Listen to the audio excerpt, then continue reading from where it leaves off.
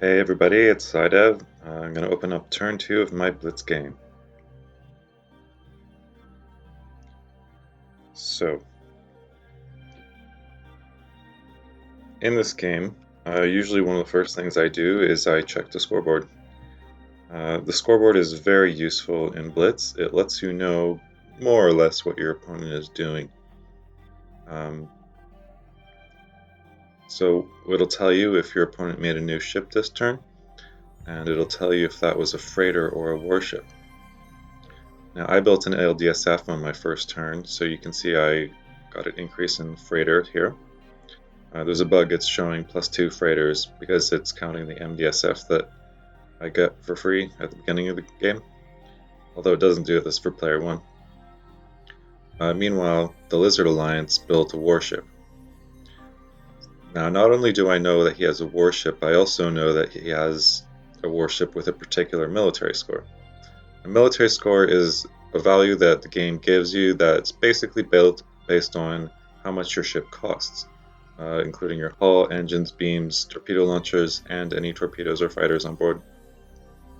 So I can see that his military score went up by 1,688 points. Now I'm going to try to determine what that is. You can sort of eyeball it. I'm guessing he built a Lizard class cruiser just by the number, but I'm going to confirm. I'm going to go to one of my spreadsheets here, and I'm going to use it to help me figure out what he may have built. Now I'm going to put my opponent race as the Lizard Alliance, and my score target is going to be 1,688. And what this calculator will do is it'll estimate what ships he may have built based on what's similar to that score.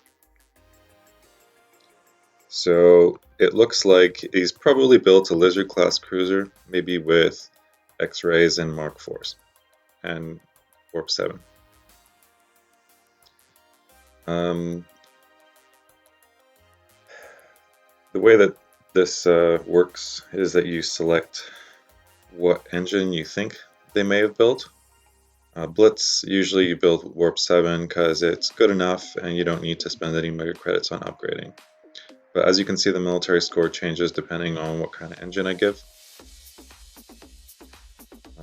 The most common thing that you'll see is Warp 7 and Mark IV. And then this spreadsheet will tell you what beam would have led to what different values for that ship. So for example, 1679 is a Lizard class cruiser with a laser, as well as Quantum 7 and Mark IV. But if they used X-ray laser, it'll be 1683 instead. So using this method is not always perfect. It's not going to give you an exact match all the time, but it will give you an estimate of what he may have built. So I'm going to bet that he probably built a Lizard class cruiser. Another possibility, though, is he may have built a Saurian with disruptors. Who knows? But people usually build LCCs, so I'm gonna bet on that. So in this game, I sent my MDSF to the east, and what do I see? I see an avian unity. So normally that's a good thing because avians are awesome and unity is the best government, but the population's pretty low. So it's probably not going to be the huge moneymaker that I want, but it will be decent, so I will populate it eventually. But I have a feeling there might be a better government on the other side, so I'm going to take my LDSF here. I'm just going to fill it up with some clans, and I'm going to hope that I find some natives here. I'm going to bring over some supplies, just because it is important to build mines and sometimes factories when you're expanding. So I'm looking for natives, but I might also find some minerals that are important to me, so I'm going to carry along some supplies just in case.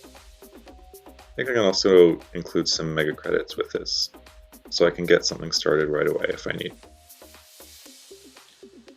Over here, With my MDSF, I have 100 supplies and 400 mega credits, so I'm going to use that, and I'm going to set up a mine here because this is a good source of tritanium. There's a lot of it, and it's 42%, which is pretty good. So I'm going to be able to use that tritanium. That will be useful for me.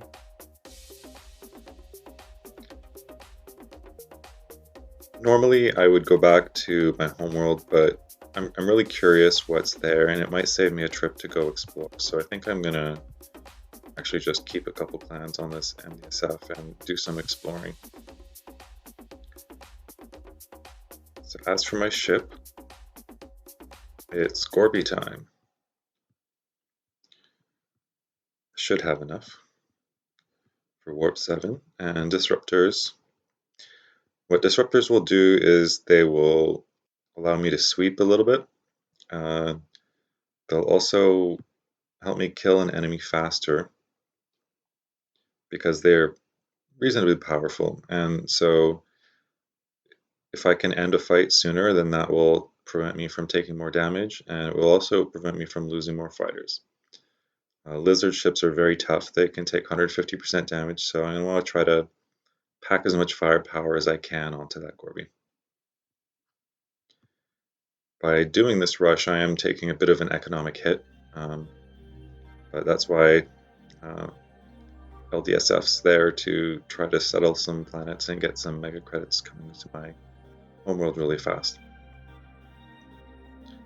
So I'm pretty satisfied with this move. I think that to fight Lizard, you really need to be aggressive. They've got all the advantages in Blitz, really, so what I want to do is put some pressure on them right away and see if maybe I can't take out their homeworld. I'm going to put this guy to Dark Sense so I can find his homeworld, if possible. Have the other guy on Minesweep.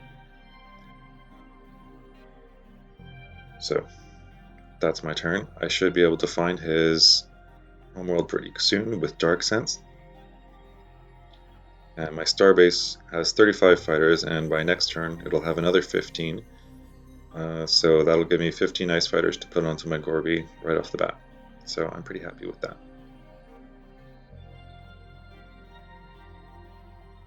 So I'm just gonna, that's the plan that I have. I'm gonna build the Gorby and do the rush strategy. I think that's all I'm gonna do for turn 2. Alright, I'll see you later in turn 3.